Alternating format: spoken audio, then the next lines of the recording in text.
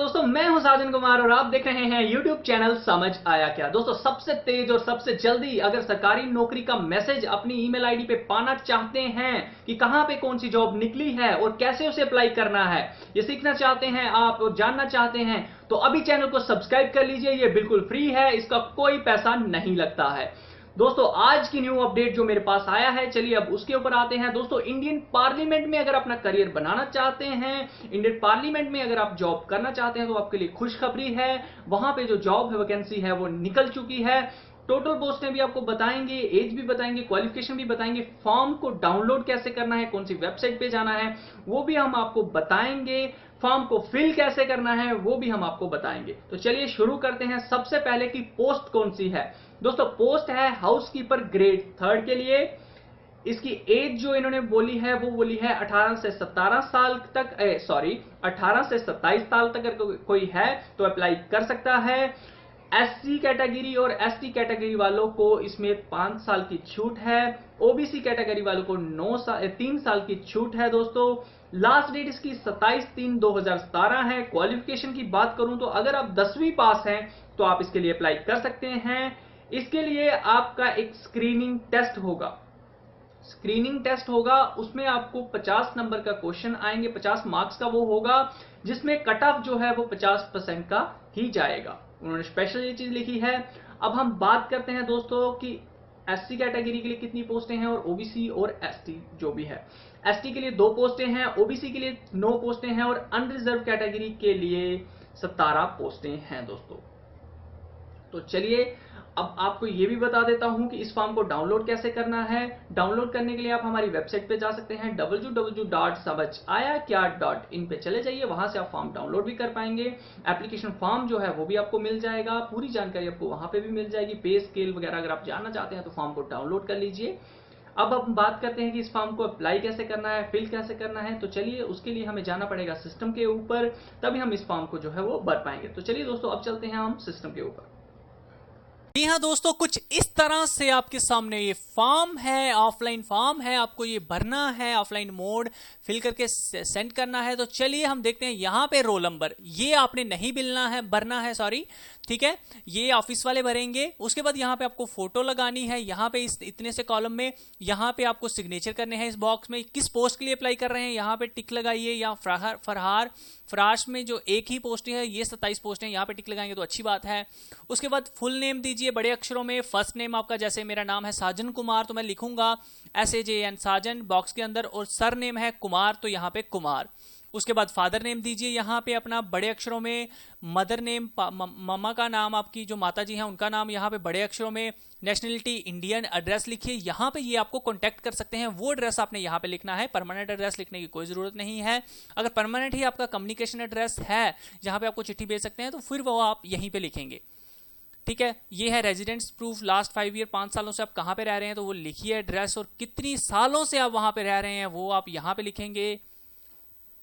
उसके बाद फिर से ये परमानेंट एड्रेस आ गया, यहाँ पे लिखिए। डेट ऑफ बर्थ पूछ रहे हैं तो लिखना है अपने 0101 और 1996, जितनी आपकी है वो। स्टेट किससे बिलोंग करते हैं, place of date birth, city, सब कुछ यहाँ पे लिखिए। कितने सालों के आप हो चुके हैं, जैसे 22 साल 3 महीने 9 दिन 8 दिन 10 दिन, जितने भी हैं। कैटेगरी लिखिए यहाँ पे कौन सी है और टिक लगा दीजिए यहाँ पे, बहुत अच्छा होगा वो। उसके बाद दोस्तों ये पूछ रहा है कि आप फिजिकली चैलेंज तो नहीं है, नो कीजिए यहाँ पे, ठीक है। अगर हैं तो फिर आपको उसका रीजन देना पड़ेगा, बताना पड़ेगा। अगर एक्स सर्विसमैन है तो नो लगाइए यहाँ पे, टिक मत लगाइए। ये उनके लगे हैं जो काम करके आ चुके हैं, रिटायर हो चुके हैं। ग्राउंड क्लेम एज रिलैक्सेशन अगर आपको चाहिए तो यहाँ पे टिक लगाइए, वरना रहने दीजिए। किसी की एज ज्यादा है तो वो यहाँ पे रिलैक्सेशन ले सकता है, जैसे SC ST वाले। डिटेल ऑफ एजुकेशन भरिए यहाँ पे, कहाँ से पास की, इंस्टीट्यूट का नाम, सब्जेक्ट कौन कौन से थे, मीडियम ऑफ इंस्ट्रक्शन यहाँ पे लिखिए, ड्यूरेशन कितने साल का कोर्स था, ईयर ऑफ पासिंग आपने कब किया, और परसेंटेज यहाँ पे लिखिए। उसके बाद दोस्तों B कॉलम है प्रोफेशनल टेक्निकल, अगर आपके पास है कुछ तो वो लिखिए, वरना इसको रहने दीजिए। डिटेल ऑफ एक्सपीरियंस अगर आपके पास है तो वो लिखिए, वरना रहने दीजिए, इसको कोई ज़रूरत नहीं है भरने की। सर्विस इन अदर ऑर्गेनाइजेशन, अगर कहीं और करते हैं काम तो फिर आपको यहाँ पे लिखना करने पड़ेगा, वरना रहने दीजिए। उसके बाद ये पूछ रहा है please specify clearly whether experience mention in column 6/16 above has been obtain from, ठीक है। ये लिखा है कि अगर आपने वो कहीं पे काम किया है तो बताइए, सेंट्रल गवर्नमेंट, कहीं यूनियन, कहीं भी किया तो वहाँ पे टिक लगा दीजिए, वरना रहने दीजिए।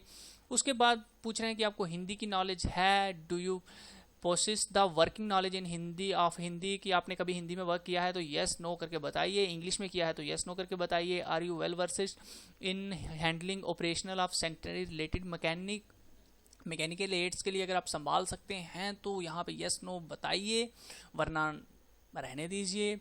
उसके बाद जो डिक्लेरेशन इन्होंने मांगी है, आपने वो टिक लगानी है, यहाँ पे सिग्नेचर करने हैं और प्लेस डेट ऑफ बर्थ लिख के फॉर्म को सेंड कीजिए।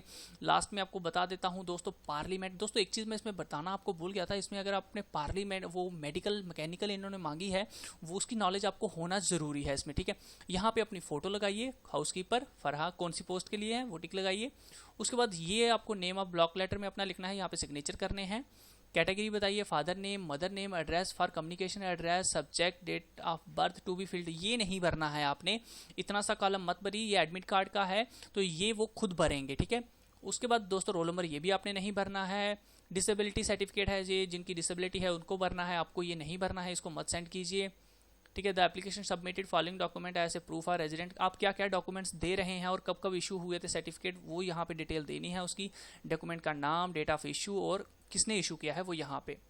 उसके बाद Shrimati Kumari meets the following physical requirement for discharge her duty, ये वो उनके लिए है जिन्होंने जॉब छोड़ चुके वगैरह हैं, जैसे ये परफॉर्म वर्क बाय लिफ्टिंग, ये वो जो भी है ऑलमोस्ट आपने नो ही लगाना है यहाँ पे, जिन्होंने काम किया है तो वो यस लगाएंगे दोस्तों, ठीक है।